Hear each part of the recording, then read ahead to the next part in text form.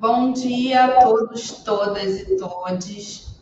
Eu sou Isabela Costa, diretora do Arquivo Central, e também sou encarregada pelo tratamento de dados pessoais aqui na universidade.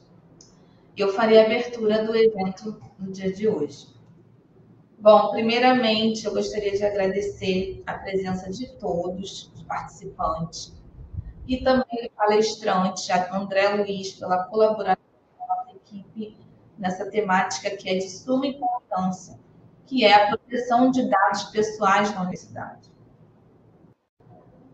E hoje iniciamos o novo ciclo do projeto cultural, Agenda Cultural do Acervo Institucional entre Práticas e Saberes nos Arquivos, sob a coordenação das arquivistas Fabiana Patuelli Lima e Tayane Vicente Vandenberg.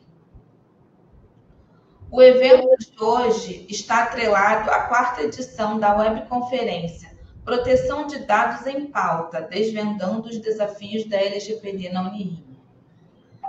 Fazendo um pouco da minha audiodescrição, eu sou uma mulher parda de cabelos cacheados, estou com o cabelo em tom avermelhado, uso uma camisa azul, óculos de grau, e ao fundo está a sala da direção do Arquivo Central. Bom, vou falar um pouco sobre o papel, né, do encarregado pelo tratamento de dados pessoais na universidade, que é um papel muito importante, né, e promover esse tipo de evento que traz a LGPD para a cultura da organização é muito importante. Então, esse evento que a gente está realizando hoje, ele é mais uma iniciativa, né, para que a gente possa trazer a LGPD como uma prática, uma cultura organizacional. Bom, o encarregado pelo tratamento de dados pessoais, ele é conhecido também como DPO, né, que é o Data Protection Officer, tem o papel de atuar como canal de comunicação entre a instituição e os titulares de dados, e também a Autoridade Nacional de Proteção de Dados, que é a ANPD. Dentre as principais funções do encarregado, podemos citar orientar a instituição sobre as práticas de proteção de dados, garantir o cumprimento da LGPD, monitorar as atividades de tratamento de dados na instituição, atender às solicitações dos titulares de dados com acesso ou retificação de informações. Então, a gente tem um canal de comunicação direto com os titulares. A gente utiliza o e-mail lgpd@unirio.br como principal canal de comunicação, né? E também a gente vem atendendo diversas demandas dos próprios servidores da Unirio, né? Pessoas que trabalham diretamente com dados pessoais e precisam de orientações sobre como realizar procedimentos dentro da universidade. Então, treinamos também os colaboradores sobre as práticas de tratamentos de dados pessoais e documentamos as atividades de tratamento, mantendo os registros de conformidade, né? A Fabiana, ela é a suplente como encarregada de tratamento de dados pessoais. E esse papel a gente entende como sendo um papel essencial, né, que trata os dados pessoais de forma ética, segura, transparente também, né, da transparência organizacional, em conformidade com a legislação. Recentemente, a gente, vou falar um pouco da nossa atuação mais recente. Bom, a gente iniciou o Comitê de Tratamento de Dados Pessoais em 2022, que foi o CPDados, né? Mas desde 2021, a Unirio vem trabalhando com a questão da LGPD em um GT próprio. Em 2023, eu assumi como encarregada e a Fabiana como suplente. Então, Até então, a Unirio não tinha a função de encarregado, apesar de ter já um histórico de tratamento de proteção de dados, não havia ainda sido indicado encarregado para essa função. Em 2023 mesmo, a gente conseguiu fazer a publicação da cartilha sobre a LGPD. Em 2024, atualizamos o CP Dados com novos membros. E ainda em 2024, publicamos também o Guia de Boas Práticas da LGPD na Unirio. Para esse ano, a nossa principal contribuição é na padronização dos contratos da universidade para a LGPD, né, onde a gente já tem a resposta da Procuradoria Federal sobre a consulta jurídica feita. Então, a gente já tem uma minuta de contrato sendo para padronizar os contratos para que esses documentos estejam sempre em conformidade com a LGPD. E também temos a definição do plano de capacitação para gestores. Isso foi uma demanda do TCU em auditoria para que a gente fizesse um plano de capacitação sobre LGPD específico para os gestores.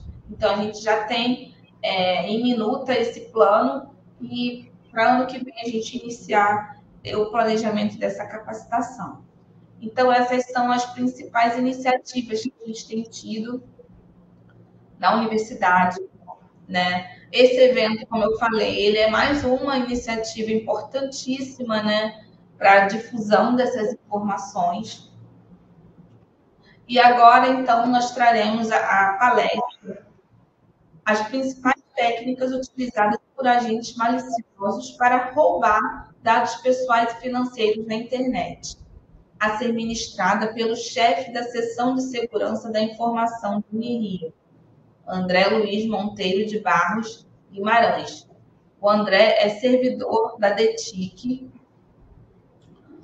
é analista de tecnologia da informação, membro do Comitê de Segurança da Informação e Comunicação desde 2022, gestor de Segurança da Informação da Unirio desde 2023.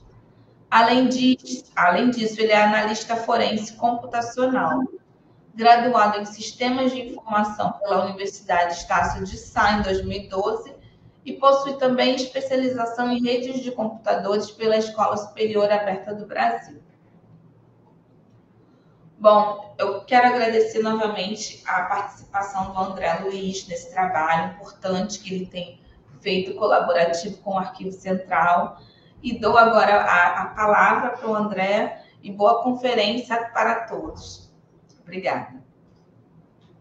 Gente, muito obrigado pela participação de todos aí. Obrigado aí para a Isabela e a Fabiana pelo convite. E eu vou falar um pouquinho sobre as principais táticas utilizadas por agentes maliciosos, ou seja, aquelas pessoas que querem roubar os dados pessoais de outros para tirar proveito próprio, para abrir conta em banco, fazer assinatura que a gente não pediu, fazer compra no nosso nome, etc, etc. Eu trouxe as principais táticas. Existem táticas mais elaboradas, mas a maioria do pessoal que usa dessas táticas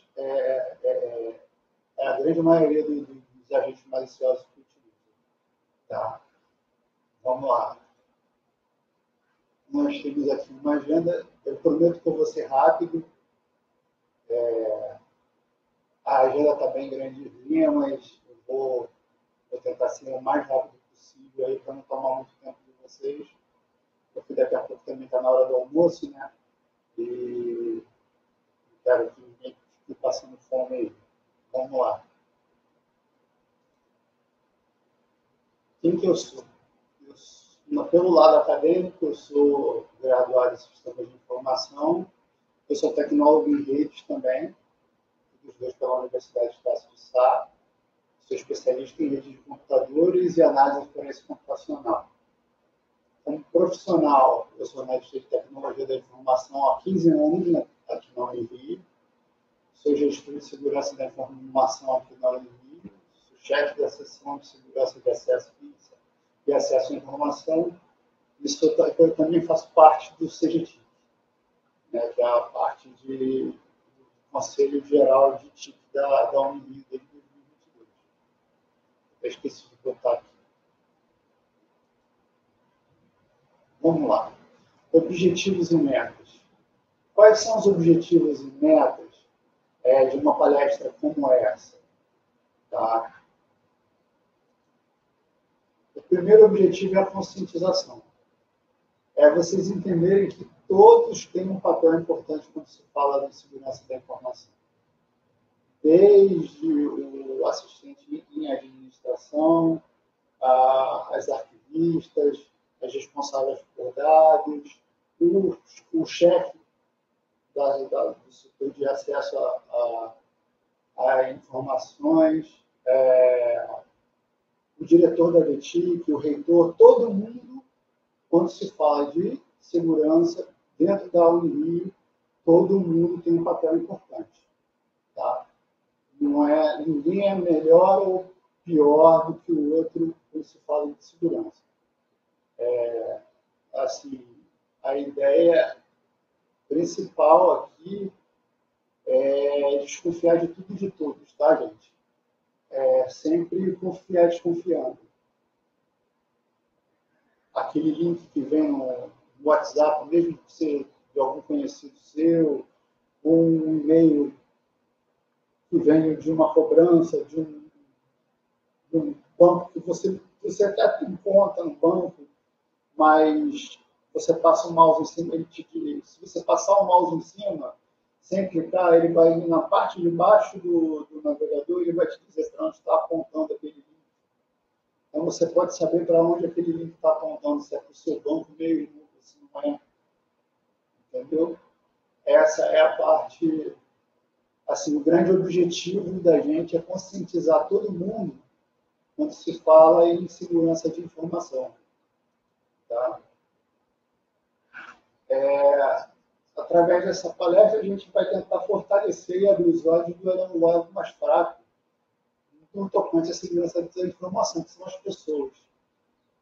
Pode parecer difícil de acreditar, mas 98% dos incidentes de segurança são causados por pessoas. Tá? Seja sem querer ou por querer. Tá bom? O que é a segurança da informação? Bom, segundo o governo do Brasil, né, pela Secretaria de Governo Digital, trata-se de ações que objetivam viabilizar e assegurar a disponibilidade, a integridade, a confidencialidade e a autenticidade das informações. Tá? Isso vem do Gabinete de Segurança Institucional da Presidência da República. Tá? O que é disponibilidade? Disponibilidade é o dado estar disponível quando alguém precisa dele. A integridade é o dado estar íntegro, ou seja, ele não ter sido modificado entre a produção ou o envio desse dado e o recebimento. A confidencialidade é dizer o seguinte, só pode ver aqueles que têm a permissão para ver aquele documento. E a autenticidade diz o quê? Que a pessoa ela não pode negar que aquilo veio dela. A gente também chama isso de não negação. Aquilo é autenticado, quer dizer que aquilo é verdadeiro. A pessoa não pode negar que foi ela que enviou aquela informação. Tá bom? Seguindo em frente, nós temos alguns eixos. O primeiro é a prevenção. Evitar que a política de segurança da Unirio seja violada. Nós temos uma política de segurança, a POSIC, que está inclusive no site da DETIC. Quem quiser e tiver disponibilidade para ler, ela está lá, ela foi construída em 2016, 2017, não me lembro exatamente o ano. Nesse tempo eu ainda estava trabalhando na área de redes. E ela foi muito bem escrita. Todos os passos lá para a gente evitar que os nossos dados, tá, eles sejam colocados em risco para pessoas de fora. E isso de dados de estudantes, de professores, de funcionários, etc. Tá? Nós temos o eixo da detecção, ou seja, uma vez violada a política de segurança, nós vamos tentar parar o ataque, avaliar e reparar os danos causados pela violação. No caso, avaliar e reparar seria enviar essas informações, caso tenha havido algum tipo de violação de dados, exposição de dados, a gente enviar para o encarregado de dados para que ele informe a NPD. Tá? E a recuperação, que é assim, mesmo depois de a gente sofrer um ataque, a organização ela deve conseguir se recuperar e voltar às suas atividades. Ou seja, nós temos backup e a gente segue uma cartilha do TCU que diz que a gente tem que ter pelo menos 2 sites de backup e um backup offline. Nós temos isso. A gente começou a fazer o backup offline tem pouco tempo, mas nós já estamos fazendo. Ele fica guardado e fica fora da rede. Ninguém tem acesso a ele, só a gente. Tá? Os outros 2 eles ficam em redes, são redes separadas das redes de usuários, mas, enfim, nenhum usuário tem acesso, a não ser a gente aqui da LETIC. Tá?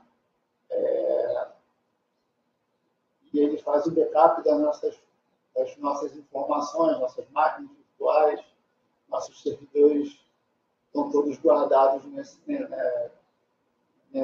espaço que fica online aqui dentro da LETIC.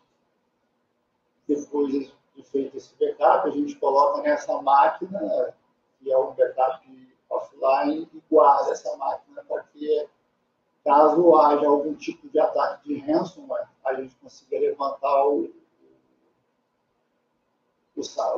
as informações sem ter que pagar um resgate. Eu não sei se todo mundo está familiarizado com esse tipo de ataque, ransomware. O ransomware é um ataque onde o atacante ele criptografa. A primeira coisa que ele faz é criptografar o backup da instituição e depois ele invade as máquinas, faz um movimento lateral, a gente chama de movimento lateral, e vai infectando as máquinas com o vírus que criptografa os dados que estão na máquina. E eles pedem um resgate para poder liberar essas informações. Eles tiram acesso a uma chave de descriptografia. Mas nada te garante que você pagando de resgate, eles vão liberar esses dados ou vão colocar esses dados à venda numa deep web, por exemplo. E é uma parte da internet que a gente não costuma acessar, mas que tem de tudo lá. Tem senhas, tem e-mails, tem contas bancárias, números de cartão de crédito, tem vendas de drogas, ali tem tudo. Tá? Não tentem fazer isso, não tentem entrar de casa. Existe uma plataforma específica para fazer isso, que é a rede Tor, mas eu não aconselho vocês a tentarem entrar sozinhos na Deep Web, porque você pode ter seu computador infectado, tá bom? Nem aqui, e principalmente aqui no Rio e nem em casa. Vamos lá. Qual é o principal ativo de uma organização hoje em dia? Pensa aí comigo.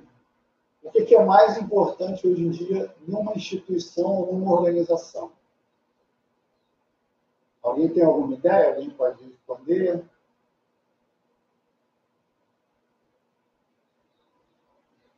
Não? principal ativo de uma organização é a informação.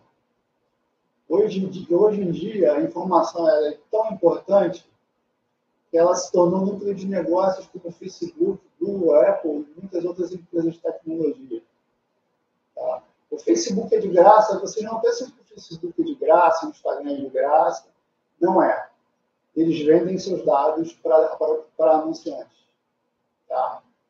Aí, quando você pesquisa no Google sobre um tênis, ou sobre um sapato, sobre um videogame, ou sobre qualquer outra coisa, um disco, uma música, aquilo ali vai aparecer em anúncio toda hora no teu Facebook, toda hora no teu Instagram. Houve um escândalo da Cambridge Analytics na última eleição do presidente Trump, não nessa agora, na penúltima, né, antes da eleição do Biden, em que a eleição teria sido fraudada com o uso de dados pessoais das pessoas colhidos junto ao Facebook. Eles pegaram essas pessoas que ainda estavam indecisas sobre em quem votar, se na candidata Hillary Clinton ou se no candidato Donald Trump, e eles utilizaram essas informações para reverter o jogo, tá? E o presidente Trump venceu assim, acho que de última hora. Foi uma virada de última hora.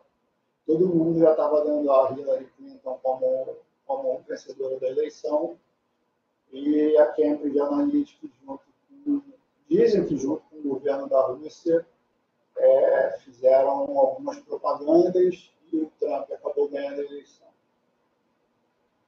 Por isso, a informação é tão importante. Hoje em dia, quem tem informação tem poder.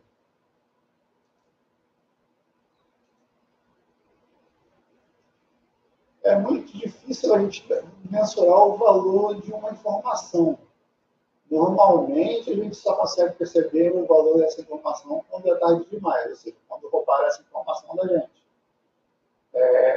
O número do teu CPF ou o número do teu RG, você só vai perceber que o valor dessa informação era extremamente valioso para você quando alguém abre uma conta no teu nome e pede um empréstimo no teu nome. E aí chega a cobrança.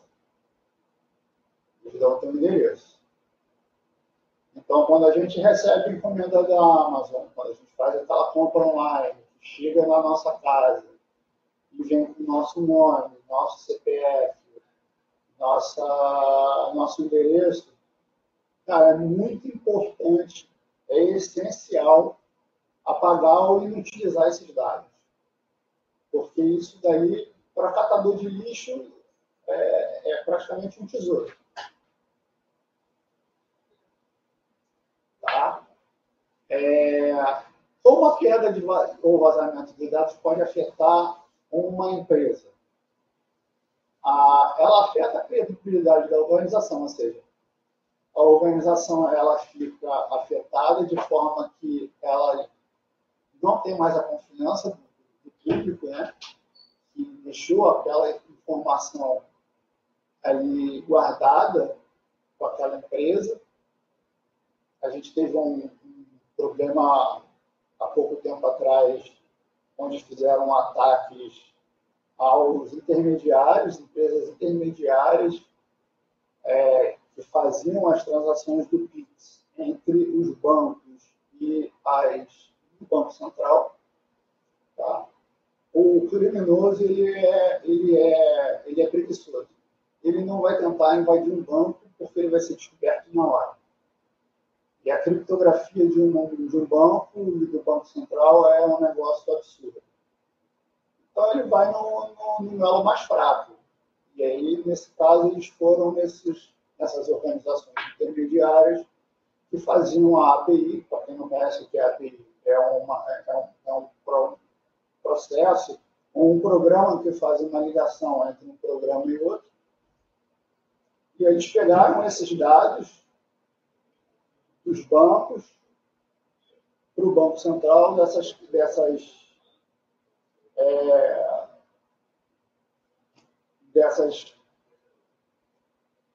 desculpe, está faltando a palavra, dessas transações de Pix, e aí eles roubaram os dados dos usuários. Nomes, CPFs, número de contas, número de bancos, número de agência, e isso pode acabar com a reputação de uma empresa. Pode, inclusive, fazer com que essa empresa venha a fechar. Então, como a gente pode proteger a informação? A ideia é impedir que pessoas não autorizadas consigam acessar as informações. Como a gente faz isso? Tomando o máximo de cuidado possível. Criando senhas fortes, usando um cofre de senha, não tendo a mesma senha para todos os aplicativos que você usa. Usa o cofre de senha, a Microsoft tem um cofre de senha, a Google tem um cofre de senha que você pode utilizar. E tem outros cofres de senha que você pode utilizar, não só a Microsoft e Google. Tá? Tem o TeamPass, tem outros softwares que a gente pode utilizar. Normalmente senhas utilizando não só letras e números, mas também caracteres especiais. Eu, por exemplo, utilizo uma senha com 22 caracteres. São letras, números e caracteres especiais na senha toda. Para um computador comum, quebrar essa senha levaria 4 milhões de anos. Então, a ideia é complicar cada vez mais, porque normalmente o agente malicioso ele tenta quebrar a tua senha utilizando, por exemplo, a data do teu nascimento, o nome do teu bichinho de estimação, o teu nome. Nas redes sociais, quando a gente posta foto ou diz que é casado com fulano de tal, ele vai combinar o teu nome com o nome do fulano de tal para tentar quebrar. E eles fazem esses ataques de força bruta até conseguirem quebrar a tua senha. Tá? Então, coloquem assim, informações aleatórias, dados aleatórios. Se quiser botar datas, coloquem datas que não sejam datas que estejam expostas nas suas redes sociais. Entendeu? Sempre utilizem os caracteres especiais e senhas maiores do que 10 dígitos. 8 já não é mais suficiente hoje em dia. E com a chegada da computação quântica, é bem provável que a minha senha, que hoje leva 4 milhões de anos para ser quebrada no computador comum, com a computação quântica, ela seja quebrada em segundos. E a computação quântica, ela ainda não é uma realidade por causa do custo, mas a tendência é que ela venha a ser.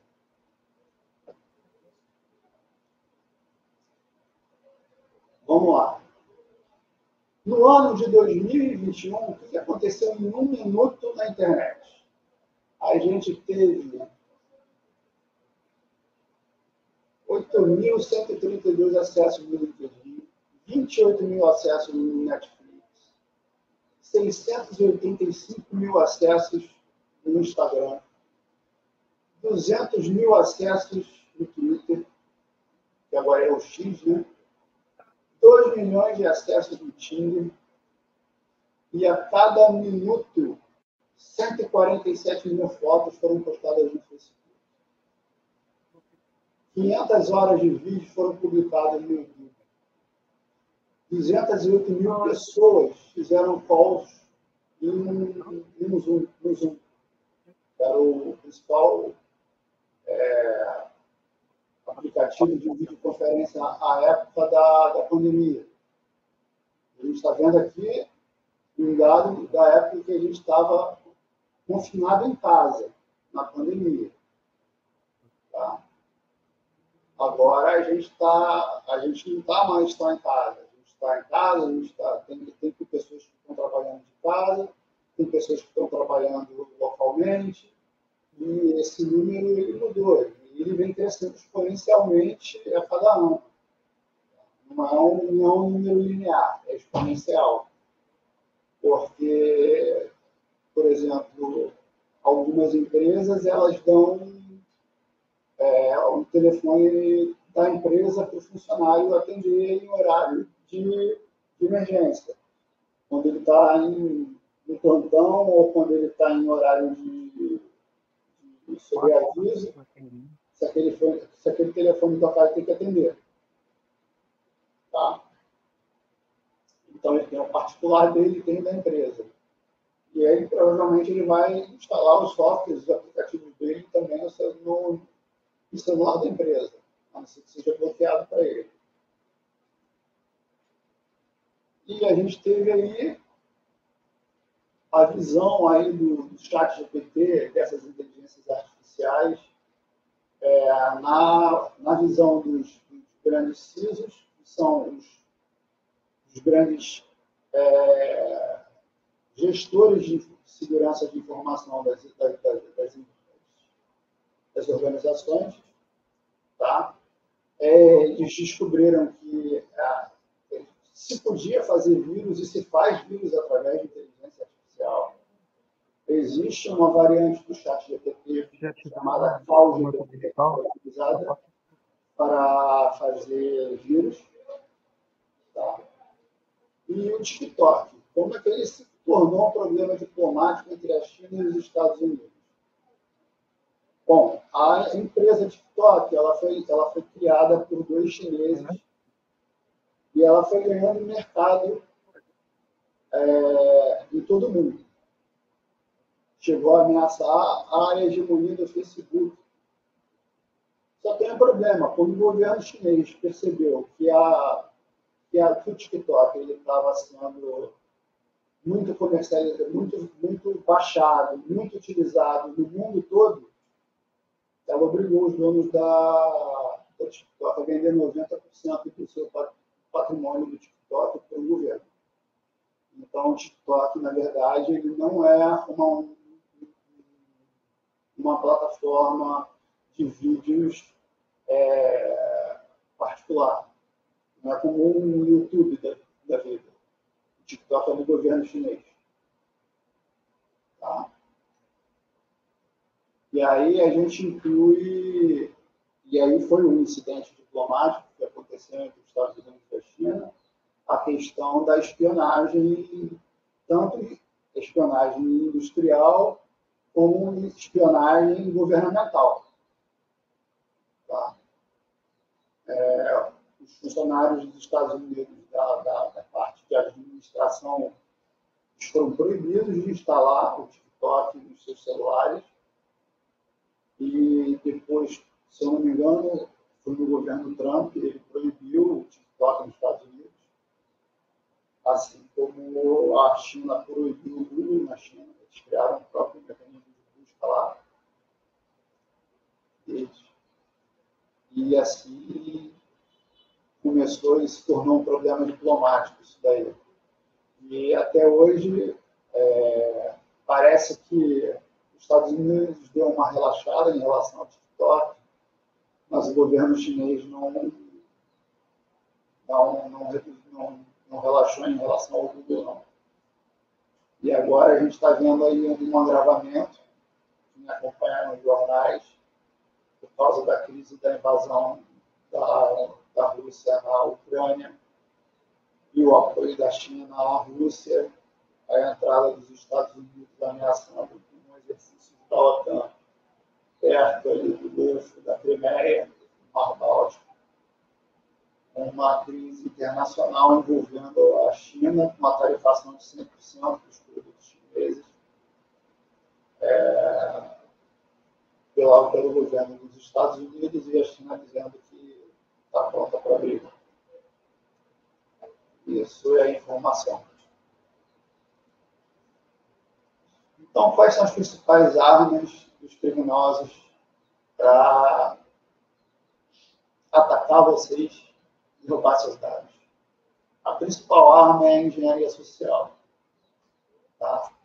E a engenharia social é dividida em algumas técnicas.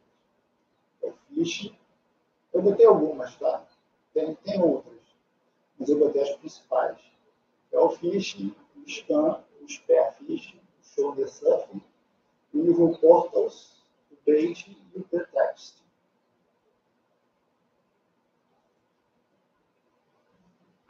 O phishing ele é utilizado aí como uma pescaria, né?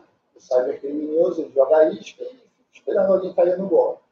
É aquela famosa ligação de telemarketing que diz que foi feita uma compra no seu nome, e aí eles te dão um valor aleatório, você parece estar falando com uma central de atendimento, e eles te falam, ó, se você não reconhece a compra, disque 2. Aí você disque o número 2. Você cai num outro departamento, onde uma pessoa vai te pedir todos os seus dados pessoais e financeiros. Vai pedir a situação do banco, ele vai pedir o teu nome, data de nascimento, vai pedir o teu CPF. Aí é que acontece a fraude de verdade. Tá? Então, sempre que você tiver aplicativo de banco no seu celular, todo aplicativo de banco hoje em dia, ele possui fator de dupla autenticação. Seja e-mail, seja aplicativo de banco, os próprios aplicativos do GovBR, do SouGov, todos eles têm fatores de dupla autenticação. Tá? Então, é necessário que vocês ativem isso. No e-mail, no aplicativo do banco, no SouGov, no GovBR, a fim de que, mesmo que seus dados caiam nas mãos de alguém que seja um agente malicioso, caso ele tente utilizar essa informação para alguma coisa, você sempre vai ter que confirmar o uso daquilo. É sempre mandado uma mensagem para você perguntando se você fez determinada atividade ou não. Caso você não tenha feito, você vai clicar no link lá do banco, ou do SouGov, ou do WhatsApp, ou de uma conta de redes sociais, dizendo, não fiz, na hora eles vão pedir para você trocar sua senha. Tá? Nós temos aqui um scan, que é uma técnica, ela é utilizada meio como uma ameaça. Ela é muito parecida com phishing, tá, gente? O cybercriminoso, ele normalmente se faz passar por alguém que seja de confiança, uma autoridade, ou mesmo alguém que queira ter um envolvimento emocional com você, tá? E isso pode vir por e-mail, ou a ligação, ou no Tinder. Há pouco tempo atrás, passou no Netflix uma série muito interessante sobre o criminoso do Tinder, que era o cara era um sociopata, e aí ele se envolvia com várias mulheres, e ele estava sempre pedindo dinheiro para elas. Então ele tinha iate, tinha carros de luxo, e isso na época não era considerado crime, porque as mulheres davam dinheiro para ele de livre espontânea vontade. Eles não botavam uma arma, não ameaçavam a pessoa. Mas existe o cara que se finge de uma autoridade policial ou governamental e vai te chantagear, vai te dizer, olha, você cometeu tal crime e eu preciso, para facilitar a tua vida, a gente combina, você faz um pix para minha conta de tantos reais, ou manda um e-mail para você, olha, eu gravei a tua tela, eu sei o que você anda fazendo na internet, se você não me pagar tanto, eu vou mandar um e-mail para todos os seus contatos, uma tela que você estava vendo e uma câmera do seu computador. Essa é uma outra coisa que é muito importante, vocês têm notebook, deixarem sempre a câmera coberta. A câmera do notebook, ela ela pode ser invadida, tá? Durante um ataque e gravar tudo que você está fazendo. Então, é muito bom você ter a câmera do seu notebook sempre fechada. Tá? Nunca diga nada de comprometedor, nomes familiares ao telefone para desconhecidos. Entrou aquela ligação dizendo que não sei quem foi sequestrado, que vai matar. Não fala o nome de ninguém. Simplesmente peça para alguém que esteja contigo, alguma outra pessoa, ligar para o telefone da pessoa que estão sendo sequestrados. E tenta manter a calma. Nunca responda e-mails de fontes desconhecidas. Simplesmente apaga eles ou classifica como spam. Ser reportado no provedor de e-mail, isso cai em uma lista mundial de spam. E esses e-mails eles não passam em filtros, eles são filtrados. A partir daí, eles não vão mais chegar na sua caixa postal, nem na caixa postal de ninguém. É importante isso também. Tá? Você tem aqui o spear phishing, que é outra técnica semelhante ao phishing, só que o que acontece? O phishing é para qualquer um, qualquer pessoa. O spear phishing não, ele tem um alvo determinado. Geralmente, ele vai nos grandes executivos ou pessoas de alta administração. O cara que quer, o bandido, o cybercriminoso, ele joga uma isca e ele espera o executivo cair nessa isca. O que ele quer? Ele quer a senha de acesso privilegiado para conseguir dados pessoais financeiros do executivo ou senhas de administrador de bancos de dados, de sistemas, onde tem guardados ativos financeiros da empresa, coisas do gênero. Tá? O importante nesse caso é a pessoa agir com cautela, não sair clicando em qualquer link, comunicar ao pessoal da TI, entendeu? O pessoal da TI fazer principalmente o pessoal de segurança, fazer uma varredura naquele e-mail, ver se aquele e-mail está vindo então ele está dizendo que está vindo, para poder esse executivo não fornecer nenhuma informação importante da empresa. Que é aquele caso que o cara, ele mesmo que voluntariamente dando a informação que o cybercriminoso quer, ele sofreu um tipo de coação ou ele deu sem querer mesmo. O cara jogou a isca e ele caiu. Tá?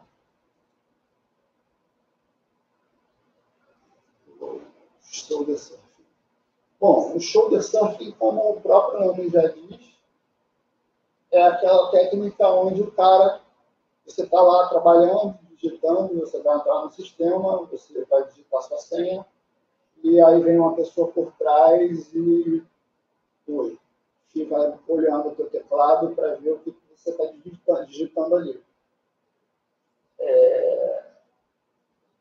Sempre é bom você ficar atento quando você vai digitar a sua senha de entrada no computador, a sua senha de e-mail, a sua senha de sistema, ver se não tem ninguém olhando por trás, tomando conta, vendo o que você está digitando no computador, porque é uma técnica, você não vai desconfiar de nada e o cara vai ter acesso ao teu usuário, à tua senha, sem você nem perceber. Eu vou dar um exemplo disso. Os primos da minha esposa, todos eles são policiais em São Paulo. 2 investigadores e um escrivão. E numa dessas incursões que eles fizeram, eles prenderam um bandido que tinha um iPhone. E o que acontece? Ele se recusava a abrir o iPhone, que era direito dele, porque ele não é obrigado a produzir prova contra ele mesmo. Então, ele se recusou a abrir o iPhone para poder mostrar o que tinha dentro do iPhone. E aí, quem tem iPhone sabe que o Face ID, depois que você erra 3 vezes, ele pede para você colocar a senha do telefone. E aí, o que ele fez? Aí eles acabaram convencendo o cara a abrir o telefone. Eles falaram para ele, mano, a gente já tem as provas todas, a casa já caiu, a gente só quer confirmar no teu telefone aí, mano. Digita a senha aí pra gente, que a gente já sabe de tudo. E aí o cara foi e digitou a senha. Só que nessa que ele foi digitar a senha, o primo da minha esposa veio por trás com a câmera do celular ligada por trás do policial e gravou ele digitando a senha. Ou seja, sem ele saber, ele usou a técnica do shoulder surf e ele conseguiu gravar a senha do celular do criminoso. A partir daí, eles tinham acesso total ao telefone do cara. E foram reunidas várias provas ali que acabaram por condenar o indivíduo à cadeia. Tá? Esse é o bom uso do shoulder surf, né? No caso. Aqui nós temos uma técnica chamada Living Portal, que é uma técnica onde o agente malicioso ele cria um portal idêntico, mas exatamente idêntico ao portal verdadeiro. E envia uma mensagem de e-mail ou no WhatsApp com um link malicioso para o portal falso com a intenção de roubar seus dados financeiros ou seus dados pessoais. Do tipo, vocês viram ali que o WhatsApp está escrito errado, né? Está faltando o T. Aí em cima. Esse seria um erro portal. Porque você vai ver o whatsapp.com, você não vai ver o T, mas o seu cérebro ele entende que ele tem um T, você vai clicar. E aí você vai dar seu usuário e as suas senhas do WhatsApp Web, por exemplo. Ou para um banco, por exemplo. Em vez de botar Santander, ele vai colocar Santander. E aí vai pedir lá, é tudo igual, o site é igual, vai pedir para você clicar lá, colocar seu CPF, vai pedir para você colocar sua senha, entendeu? Aí ele já te roubou o CPF e a senha para entrar no teu banco. Se você for esperto, tiver acionado o duplo fator de autenticação, quando ele tentar entrar, vai disparar um alarme no teu celular e você vai dizer que você não reconhece aquela tentativa de acesso. Você vai ligar para a central de relacionamento do banco e vai comunicar uma tentativa de roubo. E é importante vocês se lembrarem que os bancos ou qualquer tipo de instituição financeira elas não enviam dados, não enviam assim, e-mails para os seus clientes solicitando dados pessoais ou bancários, tipo, temos que recadastrar sua conta, senão sua conta será bloqueada. Isso não existe. O banco não faz isso. A Unirio não faz isso. Olha, você tem que se recadastrar aqui, senão você vai perder sua matrícula. Não, a Unirio não faz isso. Nenhuma instituição faz isso. Tá? É importante lembrar disso. Tem o baiting. O baiting é uma técnica onde o agente malicioso oferece recompensas muito atraentes para seduzir a vítima. É aquela história que vem no WhatsApp, promoção de ovo de Páscoa por 1/3 do preço, clique no link, mande a mensagem para não sei quantas pessoas que você vai estar concorrendo ao ovo, de 1 quilo da Copenhagen, ou se você clicar no link tal e preencher os seus dados no formulário tal, você vai estar concorrendo ao carro tal, totalmente de graça, não sei o quê, a campanha da empresa. Sempre vai no site da empresa e vê se aquilo é de verdade. Não vai clicando e preenchendo. Ele é similar ao cavalo de Troia. Por que ele é similar ao cavalo de Troia?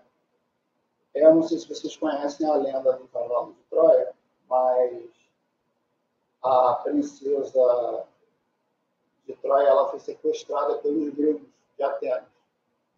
E depois da guerra de Troia com Atenas, os troianos descobriram que era quase impossível invadir Atenas por causa de suas muralhas e por causa de suas defesas. Então eles resolveram fazer um cavalo de madeira para dar de presente aos reis gregos de Atenas. Só que dentro do cavalo eles botaram um monte de soldados. E quando o cavalo passou pelos muros de Atenas de noite, eles saíram do cavalo de Troia e eles dizimaram o exército ateniense e pegaram a princesa de volta. Resgataram a princesa. Existe um seriado muito interessante também na internet, se não me engano, é na Amazon Prime Video, chamado Mr. Robot. Ele usa essa técnica daí. O que ele faz? Ele pega um pendrive, ele é ameaçado por um bandido, diz que ele tem que libertar um parceiro dele que está preso num presídio de segurança máxima. Então, o que ele faz? Ele pega um pendrive e ele deixa o pendrive caído na porta de uma delegacia, do presídio, na porta do presídio. E aí passa um policial que trabalha ali, vê aquele pendrive caído no chão, pega o pendrive, leva para dentro e coloca no computador. Só que dentro do pendrive já tinha um programa autoinstalável que rodava um vírus que desabilitava e abria todas as portas de todas as celas do presídio. Desabilitava toda a segurança do presídio. E assim ele conseguiu libertar o cara. Tá? Essa é a técnica de bait.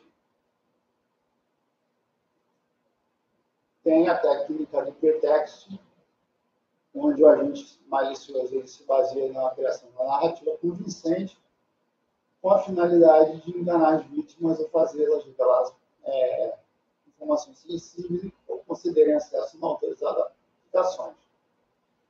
Eles se passam por mestres, doutores, autoridades e entidades confiáveis, usam identidades falsas, fingem ser autoridades inexistentes e manipulam as vítimas através da confiança. Eles vão te manipular, eles são verdadeiros sociopatas. Eles vão fingir que são quem não são, eles vão ganhar a tua confiança e eles vão acabar obtendo esses dados. Por isso que eu digo sempre, nunca confia em ninguém. Confia sempre desconfiando. Porque a gente não sabe o que se passa na cabeça das pessoas hoje em dia. Tá?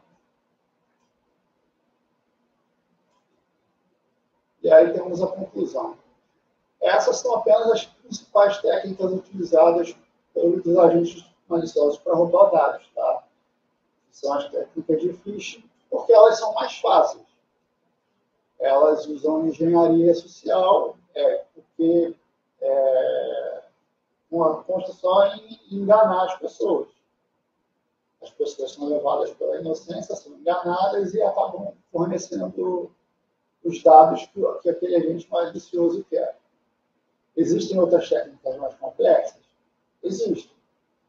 Mas o criminoso, ele é criminoso porque ele é preguiçoso. Se ele fosse de bem, ele arrumava um emprego. Ele não ficava querendo enganar os outros. Então, existem técnicas mais poderosas que essas? Existem. Mas, a maioria das vezes, utilizam essas técnicas de engenharia social mesmo. Tá? Sempre que for possível, vocês ativem a proteção em múltiplos fatores em aplicações. E-mail, instituição financeira, site de compra, tipo Amazon, Google Play, Mercado Livre, esses marketplaces famosos, Centauro, sempre que vocês puderem, e esses sites oferecerem esse nível de proteção ativo. Tá? Sempre desconfie de ligações de instituições financeiras. Normalmente o banco não liga para a tua casa. Tá? Eles não dizem que vão pessoalmente na tua casa para pegar o teu cartão que foi clonado. Eles não fazem nada disso. Sempre que chegar uma ligação dizendo que é do seu banco, verifique o número, normalmente vem atrás do cartão e diz para a pessoa assim, eu prefiro resolver isso na minha agência, eu vou passar amanhã na minha agência, vou conversar com o meu gerente e vou resolver com ele. Não fornece seus dados pessoais nem bancários para ninguém. Ninguém. Entendeu? Bom, é isso. Eu espero que vocês tenham gostado.